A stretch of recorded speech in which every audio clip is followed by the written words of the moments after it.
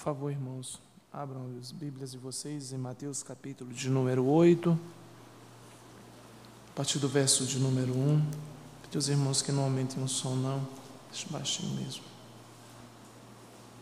Mateus capítulo de número 8, a partir do versículo de número 1.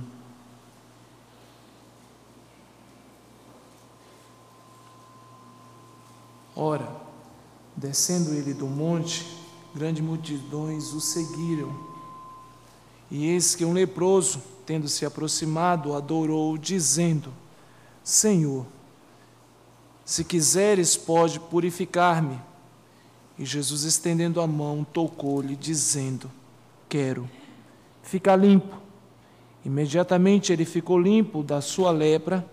Disse-lhe então Jesus: Olha, não digas a ninguém, mas vai e mostra-te ao sacerdote e faze a oferta que Moisés ordenou para servir de testemunho ao povo.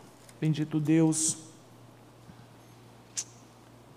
nós nos escondemos atrás da tua cruz para que pelos méritos de Cristo Jesus nós possamos, Deus, expor a tua palavra. Se alguma coisa operando de bom em nós é fruto da tua graça, isso vem dos céus, é fruto da tua grande misericórdia, porque a tua palavra diz que não há partição em nossa carne, e o Senhor nos achou por graça e misericórdia, nos chamou, tirou as escamas dos nossos olhos, nos fez enxergar a tua extraordinária e maravilhosa graça, doce graça. Nela o Senhor nos envolveu e é por ela, Senhor Deus, que nós vivemos e estamos aqui. Reconhecemos as nossas falibilidades, os nossos medos, inseguranças. É por isso, Deus, que tão somente por Jesus que nós nos aproximamos do Senhor. Este povo veio aqui ouvir a tua voz, e eu não tenho nada, Senhor Deus, para oferecer a eles. Por isso suplico que o Senhor abra os céus e pelo poder do teu Espírito Santo, o Senhor comunique, Senhor Deus, as verdades inspiradas aos seus corações por iluminação do teu bendito Espírito Santo. Nos faz usar desse espaço, desse momento, como se fosse a última oportunidade das nossas vidas. E que essas pessoas ouçam como se fosse a última oportunidade das vidas delas. Que esta palavra possa chegar aos seus corações, como chegou ao meu, e que o Senhor possa trabalhar com eles, como o Senhor tem trabalhado comigo, Senhor Deus. Esta é a nossa oração, no nome bendito de Jesus. Amém. Nós podemos perceber claramente no texto sagrado que algo novo acontece após a descida de Jesus do Sermão do Monte, que começa no capítulo de número 5, 6 e 7. Jesus sobe a uma montanha nas regiões da Galileia para ali pregar a sua palavra, ou plantar o seu reino.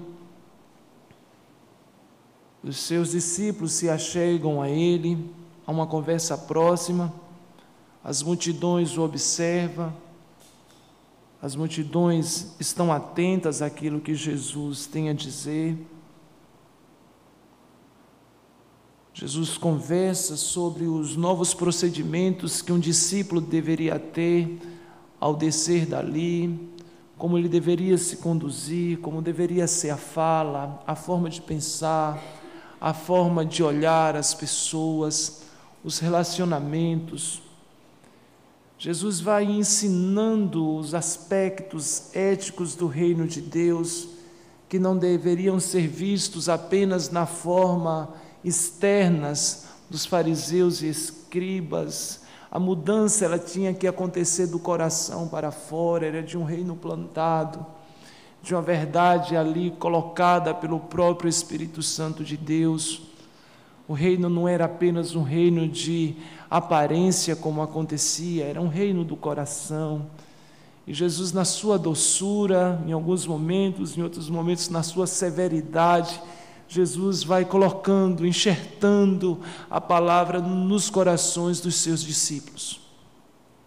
Jesus vai enxertando aquelas verdades, vai colocando ali. Mas só que tem um momento que é hora de descer, e eles precisavam descer. E algumas pessoas ainda tomadas por incredulidade, Rubinho, são narradas por Mateus no versículo 28 do capítulo 7, que quando Jesus acabou de proferir aquelas palavras, estavam as multidões maravilhadas da sua doutrina, daquilo que ele ensinava. E no versículo 29 diz o texto, porque eles achavam que Jesus ensinava como que tendo autoridade. Havia algo diferente em Jesus. Jesus não era igual àqueles sumos sacerdotes, ou escribas ou fariseus. Havia algumas coisas que eles notavam que no discurso era diferente, a maneira de falar era com mais propriedade, talvez com o coração mais envolvido, e por certo com o coração completamente envolvido. Quando eu falo mais envolvido, eu falo do ponto de vista da avaliação deles, porque eles estavam avaliando a Jesus. Poderia ser um novo revolucionário, uma nova pessoa querendo ali brincar com o sentimento do povo. Então eles descem com um pouco de incredulidade. Olha, Jesus ensina, esse Jesus ensina como quem tem autoridade. Ele ensina como quem tem autoridade. E os 3 milagres de Jesus, de maneira adiantada para vocês, é algo que vai chocar aquelas multidões, aquela multidão curiosa, os seus discípulos, vai trazer um choque cultural. Primeiro porque Jesus logo vai curar um leproso, depois ele vai se dar com um gentio, e em seguida ele cura uma mulher. 3 classes completamente desprezadas no primeiro século. E exatamente os 3 milagres de Jesus é como se fosse para chocar aquelas pessoas, para assustar o povo, para mexer na estrutura. E no primeiro milagre, Jesus, ele não procura o moço. Esse moço é um excluído. Esse moço é uma pessoa que é alijada completamente da comunidade. Ele é arrancado da sociedade porque ele é acometido, do ponto de vista do Velho Testamento, por um julgamento de Deus, porque a lepra era um julgamento de Deus, um julgamento direto com o pecador, e na maioria das vezes por rebeldia por parte daquela pessoa que se surgiu. Essa pessoa era atacada por uma lepra e ela era colocada fora do arraial. E esse homem quebra todos os princípios colocados pela lei judaica, e ele sai ao encontro de Jesus. Ele era para ser um excluído físico, ele era para estar distanciado de Jesus, socialmente ele não poderia se relacionar com ninguém.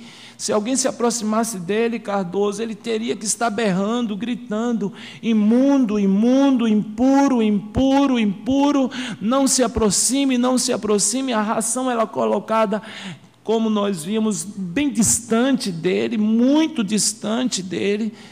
E ele então vinha, quando ele percebia que aquele que colocou a ração foi embora, então ele vinha por entre as rochas, entre as pedras, e vinha se aproximando para poder ali pegar sua comida e retornar para o seu lugar de exílio e ficar lá excluído. Religiosamente também ele era um sentenciado, ele era tido por morto. Ele era tido por morto. Um cego era tido por morto. Um leproso era tido por morto. Um homem que não poderia gerar filhos era tido por morto. E esse leproso, ele era tido por morto, a lei o condenava. Então ele estava sentenciado fisicamente, socialmente ele estava sentenciado, e a própria lei o sentenciava. E esse homem quebra todos os protocolos. Jesus, por certo, desce, ele está entrando em Cafarnaum, vindo pelas regiões montanhosas, as multidões, como é usado o termo no plural, e é com exatidão, vem cercando Jesus, por certo, com os seus discípulos mais próximos, aquele povo descendo pelas pedras e caminhando pelas montanhas, se livrando de ramos, ali todo mundo querendo ver Jesus, quais seriam os primeiros passos práticos de Jesus, e de repente parece que aquela multidão se dispersa, porque se depara com um homem desesperado, um homem sem esperança, que vai ao encontro de Jesus, correndo ao encontro de Jesus, e se lança aos pés de Jesus. Ele se joga aos pés de Jesus. É até entendível, é fácil de compreender, um cara que está sem esperança, um moço que está sem esperança. Então, se ele se aproximasse da cidade, ele deveria ser apedrejado. Ele não tinha mais o que fazer. Ou Jesus faz alguma coisa por mim nesse momento, eu já estou sentenciado mesmo.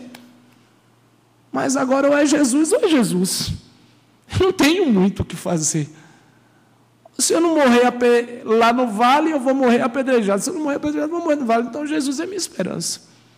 Eu gostaria de tratar com vocês nesta noite sobre Jesus, o grande rei que atrai.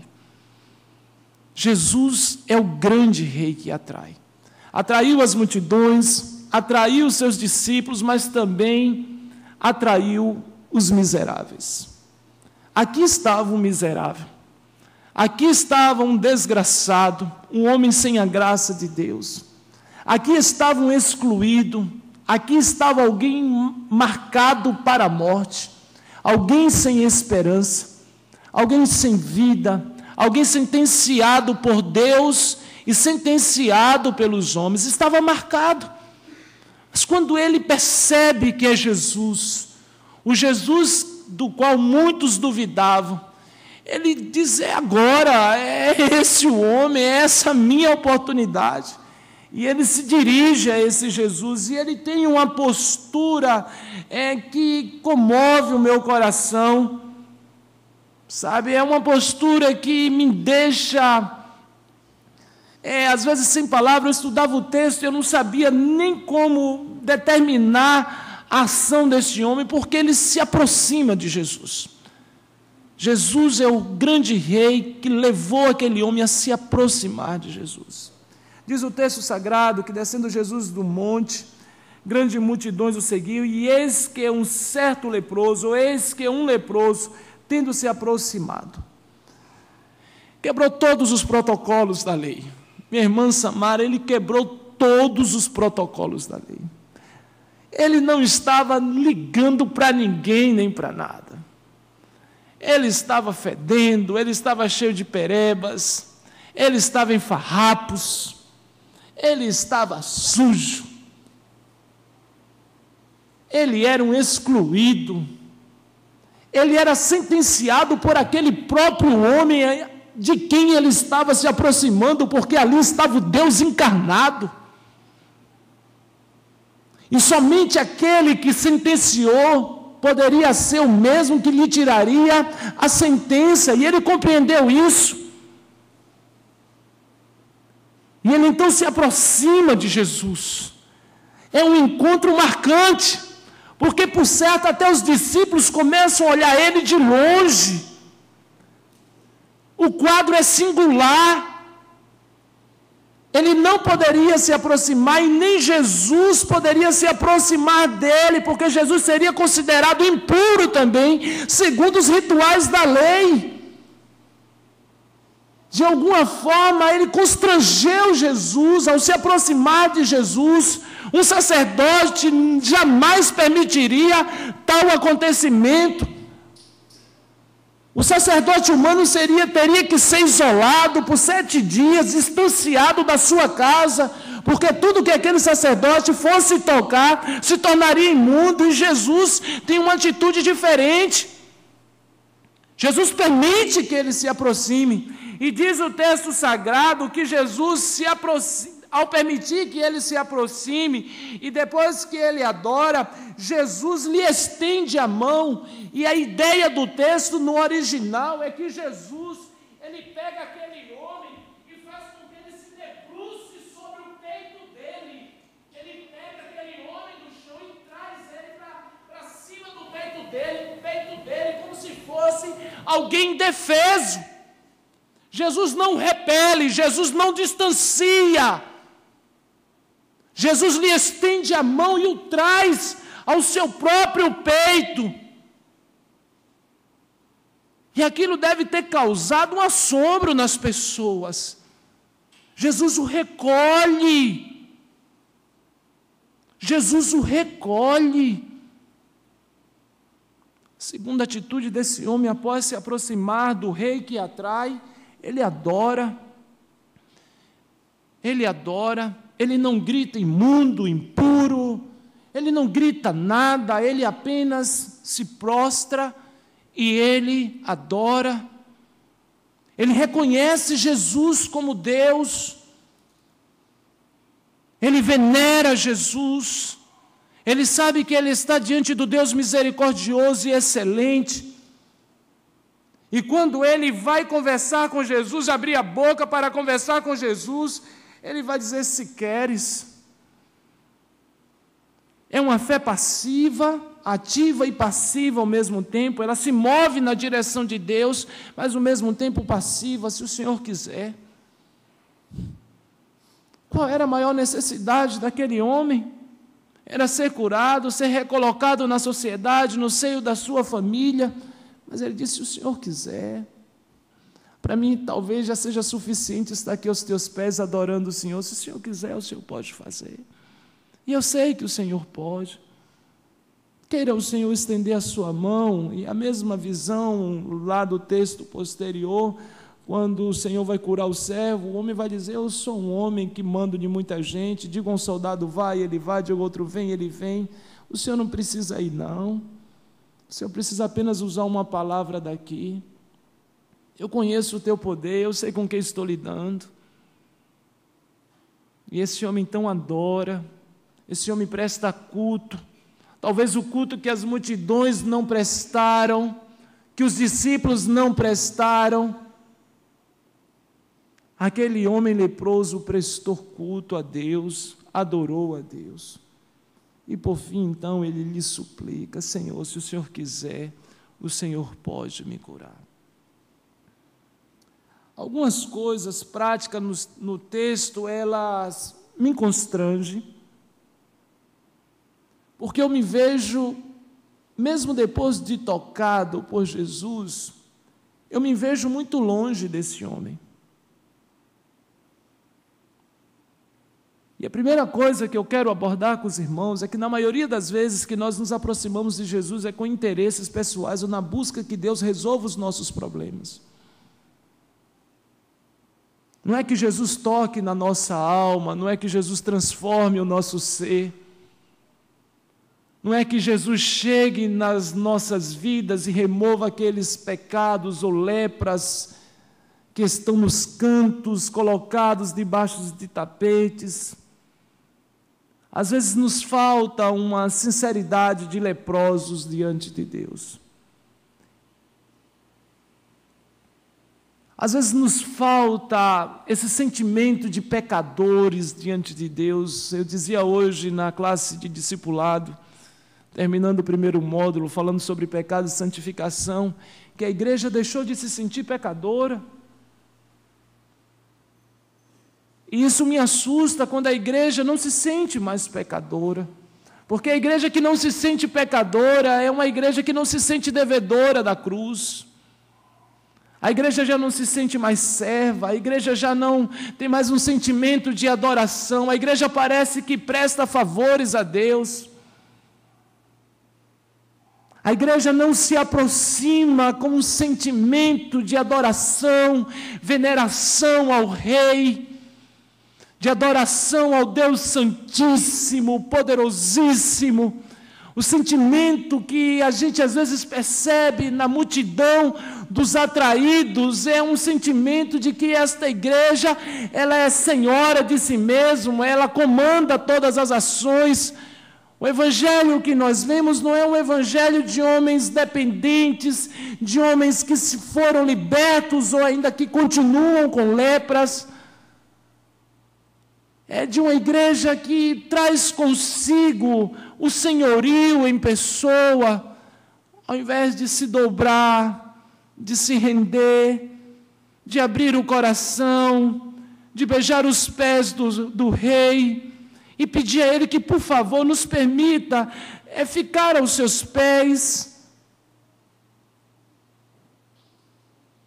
que nos aceite como pecadores. As nossas orações, eu não sei se as suas são iguais às minhas, às vezes elas chegam a ser vazias, desconexas, até mesmo nos nossos momentos íntimos com Deus, quando elas existem.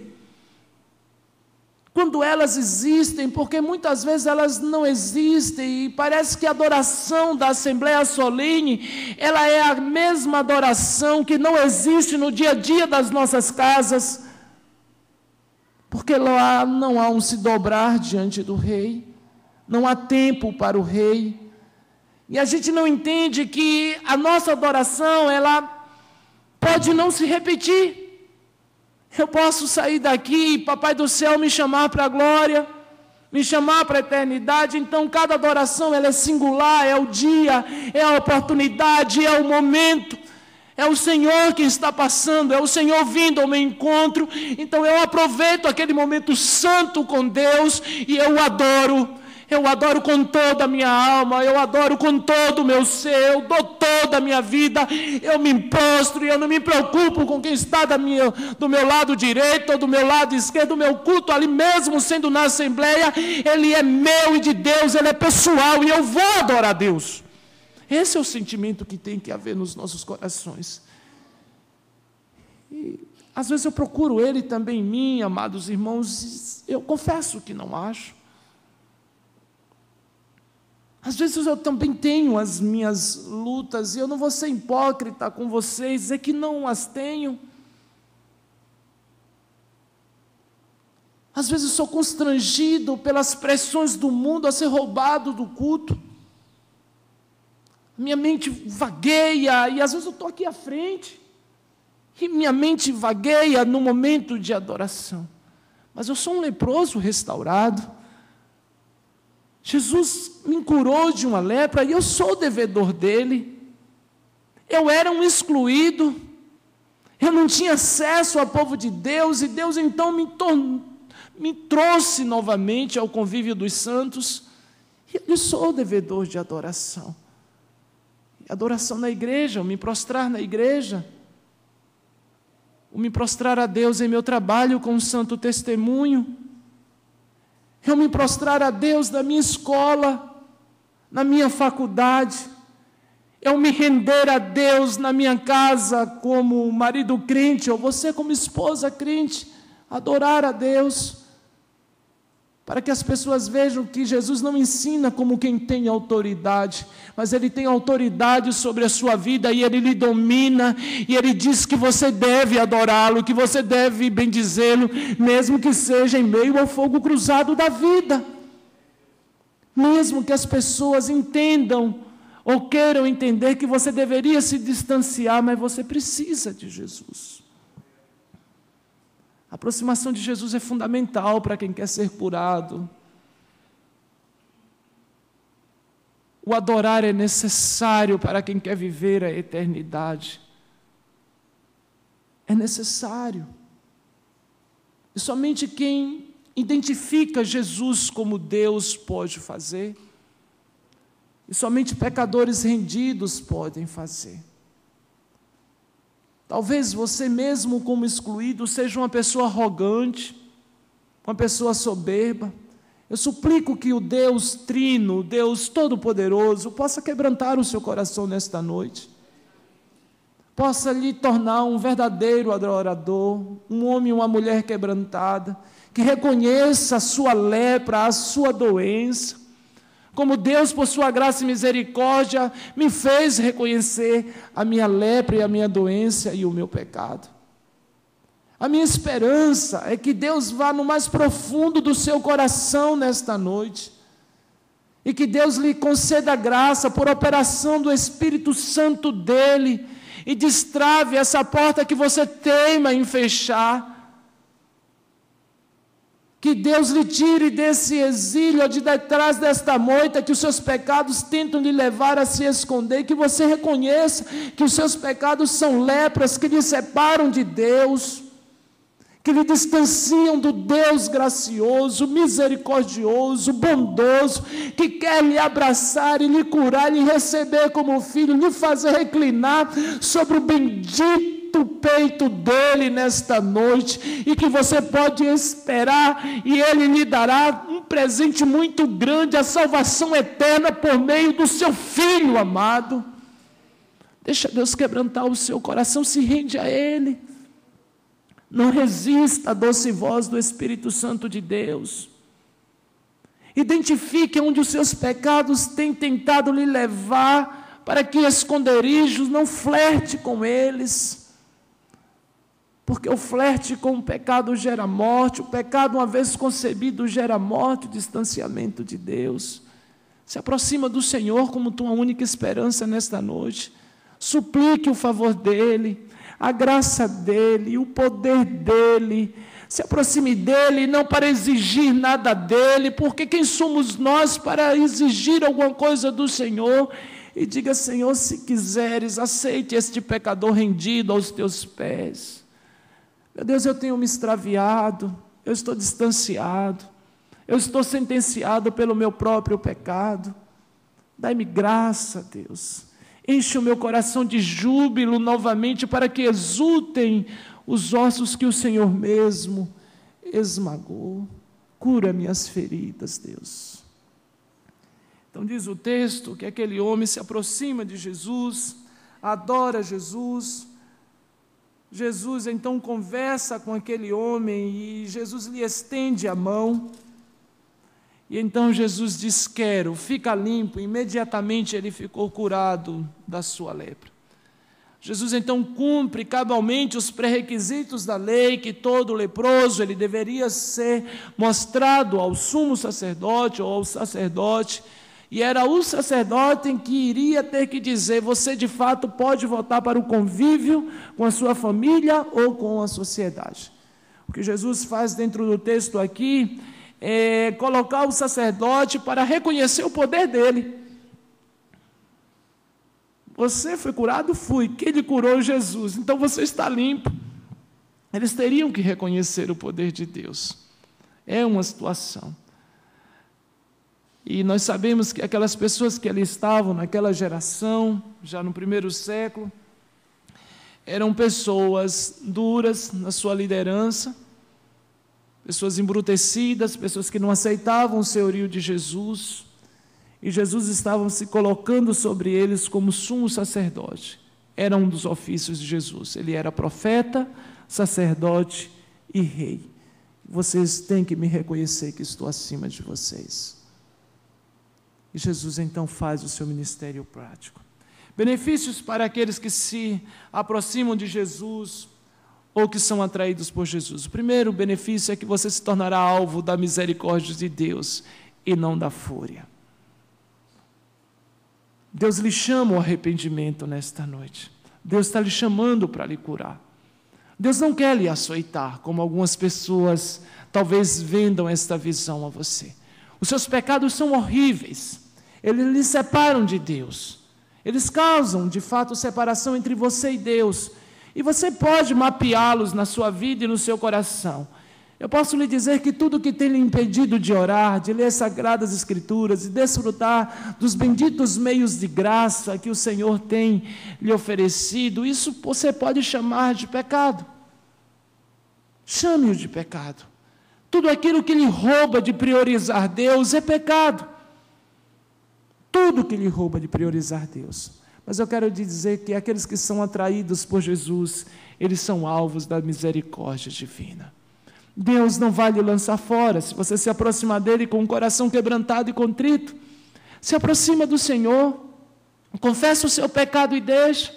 Alcance misericórdia. Não tente você mesmo consertar as coisas, você não vai conseguir. Não é por sua consciência, não é isto, não. É pela fé, a justificação é por meio da fé. É Jesus quem a faz.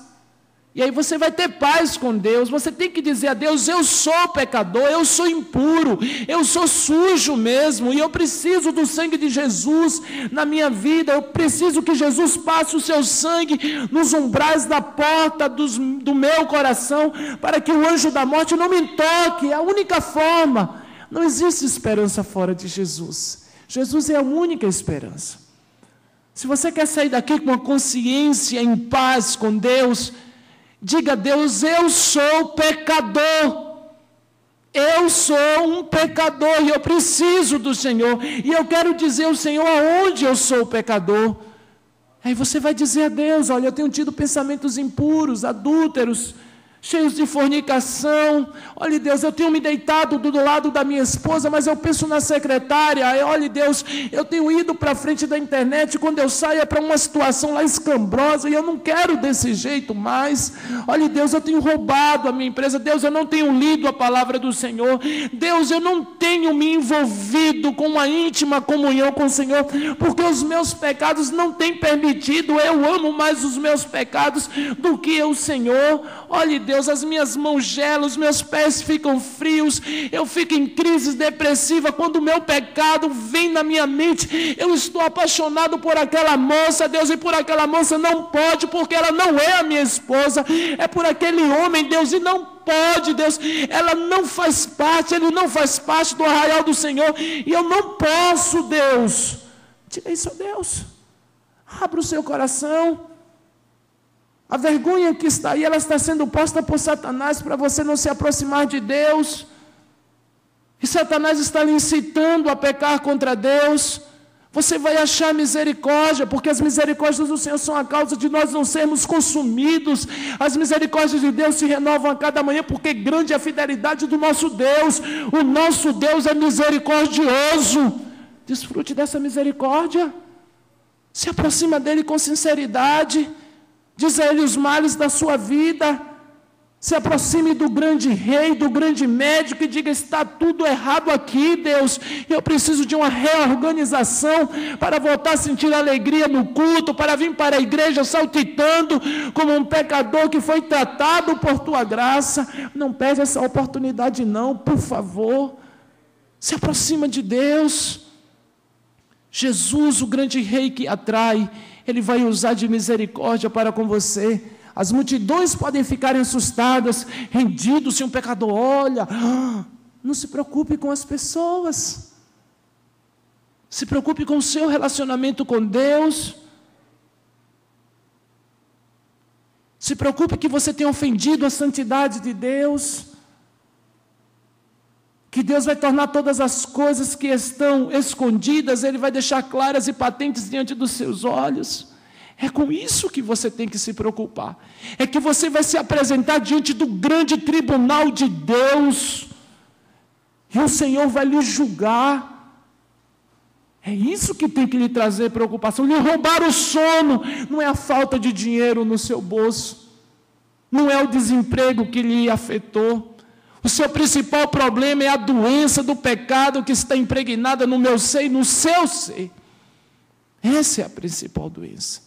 Porque que adianta o homem ganhar o mundo inteiro e perder a sua alma? Jesus, o grande rei que atrai, Ele pode usar de misericórdia com você nesta noite. Se aproxima dEle, pede graça a Ele. Você está procurando paz? Está em Jesus.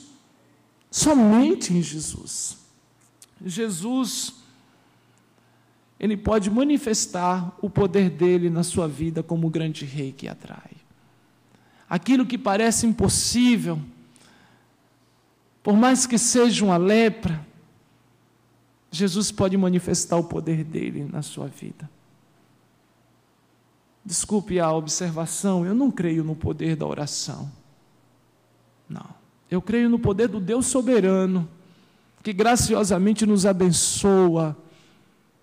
Por sua graça e misericórdia, Ele atua, mesmo quando eu não mereço. Às vezes eu nem estou orando e Ele vai pelo seu poder majestoso e maravilhoso e até me humilha e me esfrega, porque Ele é poderoso. Não é o muito orar que vai mudar a sua realidade, é a graça de Deus e o poder de Deus.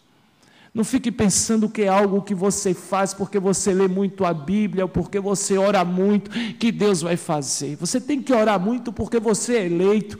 Você tem que ler muito a Bíblia porque você é eleito. É por isso que você tem que fazer. Você tem a obrigação porque você é devedor da cruz. Mas não existe poder na oração, existe poder nas mãos de Deus. Se fosse poder da oração, esse moço ficava lá no vale. Ele viu que o poder estava nas mãos de Jesus. E ele foi lá direto a Jesus. Ele faria aquelas vãs repetições, que por certo ele conhecia, 965 palavras decoradas, que Jesus lá no Sermão do Monte diz, não useis de vãs repetições. Ele faria aquelas orações. Você tem que orar porque você é eleito. Seu coração está comprometido com Deus, incendiado por Deus. E o Deus Todo-Poderoso faz, porque Ele é poderoso para fazer infinitamente mais do que pedimos ou pensamos. Quando a gente acha que atingimos, estamos infinitamente aquém. 1 miligrama da sua santidade é imundície diante de Deus, e você não atinge 1 miligrama de santidade diante de Deus. Todas as nossas justiças, elas não passam de trapos de imundície. Mas mesmo assim, na nossa fraqueza, Deus aperfeiçoa o seu poder. São nas nossas limitações, é quando nós afirmamos para Deus, eu não posso, eu não consigo, eu não tenho onde, nem quem me ajudar, e eu só tenho o Senhor, e eu vou me lançar ao Senhor, não quero saber se as pessoas vão me apedrejar ou não, me arrancar não vai, porque ninguém vai querer me tocar, porque eu sou leproso. Ninguém vai querer me pegar. Eu só tenho o Senhor. Talvez ninguém queira mais conta com você. Talvez as pessoas já lhe sentenciaram. Disseram que não tem mais jeito para você. Eu quero lhe dizer que o seu jeito é Jesus. Jesus pode mudar a sua história pelo seu poder. E Deus pode pegar você como coisa louca para confundir as sábias, para lhe tornar uma pessoa diferente. Ele lhe tira do monturo para lhe assentar entre os príncipes, porque Ele é Deus e nas suas mãos está todo o poder. E Ele levanta, como cantamos, os caídos, Ele restaura a alma dos aflitos, Ele pôs nova esperança no coração desse leproso. Então Ele é o Deus que usa de misericórdia, e Ele é o Deus que pode nos levantar pela destra do seu poder. Esse é o Deus que cantamos. Você crê nisso? Confesse a Jesus, entregue a sua causa a Deus, se debruce diante dEle em adoração, se renda a Ele. O maior presente que você pode dar a Deus não está nos seus bolsos, é um coração quebrantado e contrito, porque a sua oferta trazida aqui, se ela vier com imundície no coração, o Senhor não aceitará. Antes da oferta, o ofertante. Antes da oferta, o ofertante. Diga, Deus, por graça e misericórdia, me aceite na tua presença. Se sente leproso? Eu quero lhe dizer que Jesus é o grande rei que atrai, e Ele pode lhe curar, lhe purificar nesta noite. E muitos atestarão, dirão, quem era esta pessoa? Como andava? O que fazia? E veja como anda hoje e o que faz, e como glorifica a Deus. Que Deus te abençoe e nos abençoe.